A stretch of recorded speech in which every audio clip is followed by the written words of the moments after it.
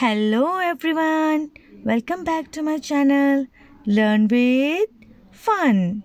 In my today's video, I'm going to introduce an EPL activity, rolling and unrolling a mat. Rolling and unrolling a mat is fantastic way to develop a child's fine motor skills, hand-eye coordination and concentration. Let's do the activity rolling and unrolling a mat. This might seem simple, but it requires focus, concentration, coordination, and patience. Things required for this activity are a table and a mat.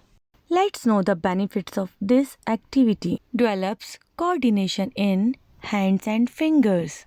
Enhance spatial awareness and visual skills. Encourage independence and self-confidence.